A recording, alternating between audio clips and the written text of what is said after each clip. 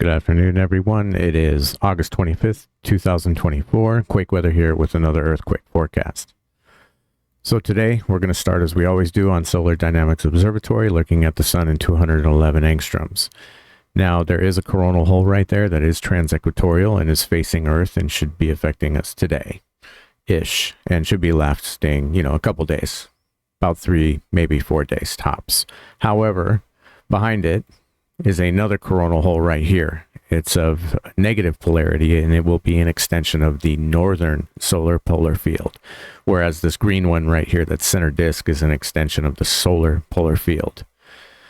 So could be an extended watch, or we'll get a nice little lull period here in about 3 days, maybe get a day or two off. Things will quiet down possibly a little bit before they ramp back up again.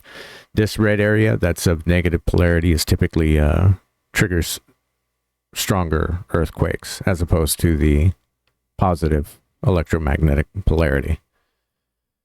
So if we go over here to OLR anomaly data, this is actually from yesterday. And what we see here is a lot of low pressure cell activity we can keep an eye on. This general region right here, Tonga, Fiji, is active more than most other places in the Southwest Pacific. We'll get to this in the wind map in a second, but these 3 dots in the middle of the ocean are actually tropical storms that are all going to be affecting Hawaii in the coming days. So we'll be keeping an eye on that as well. These forces also trigger volcanic activity and can enhance volcanic activity. So we'll keep an eye on Hawaii for volcanic activity as well. We can see some stuff over here forming off the coast of Japan as well. Also south of Japan, I would keep an eye on that area. And the usual suspects right here with Indonesia and not quite Papua New Guinea, but the Indonesia, Malaysia area. U.S. West Coast also has some OLR anomalies I want to keep an eye on. These are near plate boundaries as well, so I'd put the U.S. West Coast on somewhat of an alert as well. We go over here to the wind map. This is what we were discussing in the previous screen here. So these are tropical storms. These are low pressure cells forming in the ocean. These, look like they could be headed towards Hawaii. We have this one hovering over Hawaii right now.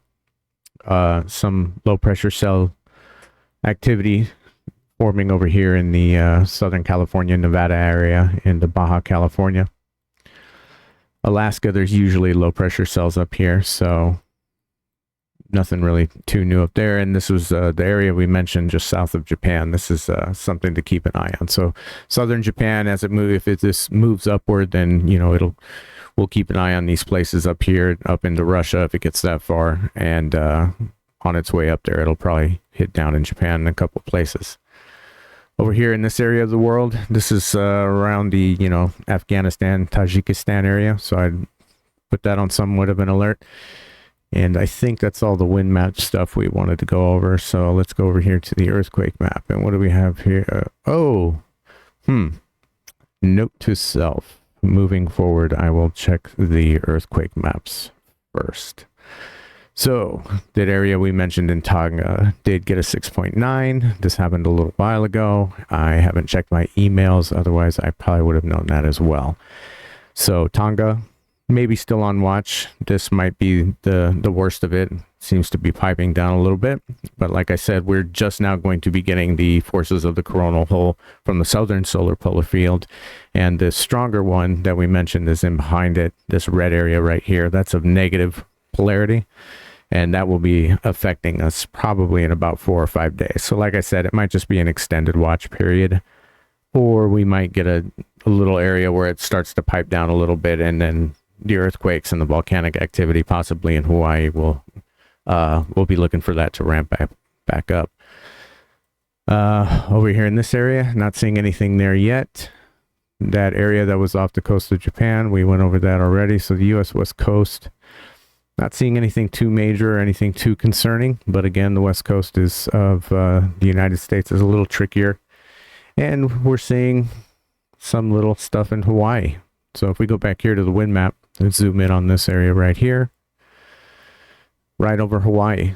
And anytime we have tropical storms, the sun triggers tropical storms. We'll go over that in another video someday. But basically, this is bringing all these charged particles coming down from the upper atmosphere into the lower atmospheric layers. And that meets, down here in Hawaii. And we look right here, they're getting a little shaking right there. So some slight volcanic activity, but again, they have 2 more coming in, and if these cross over Hawaii at the same time that we get this red coronal hole over here affecting Earth, then I would expect that activity to increase. So we'll see a lot more frequency. We'll see a lot more events. Instead of just 7, we'll probably see 20 or 30 or so. I'm just rough estimate, but you should definitely see a noticeable increase in the amount of events, and also the size of the events, or the magnitude of the events as well. Zooming back out, and I think that about covers it. So those are your watch areas for now. Let me just give this another look again. The west coast of South America doesn't look bad. Not too many low pressure cells there, so they're in the clear. It looks like this whole area right here, we have all these charged particles coming in from the upper atmosphere, coming down, and they're just all coming down right here and hanging out in this area. And again, that's where we see right there where Tonga is. That's actually right here. You see where this is all collecting right here, just south of there, right? It's just almost exactly in that area. Go to the OLR anomaly again. And again, this data is a day old. Unfortunately, we can't get more up-to-date information on this, but we can also see OLR anomalies right there. It's almost in that. If this was right here yesterday, it might be up here today. Again, we won't know until tomorrow. Maybe we'll review that and go over it again. But as for now, I think that's about it today. Those are the places that would be on alert. Talk to you guys soon. Quake weather out.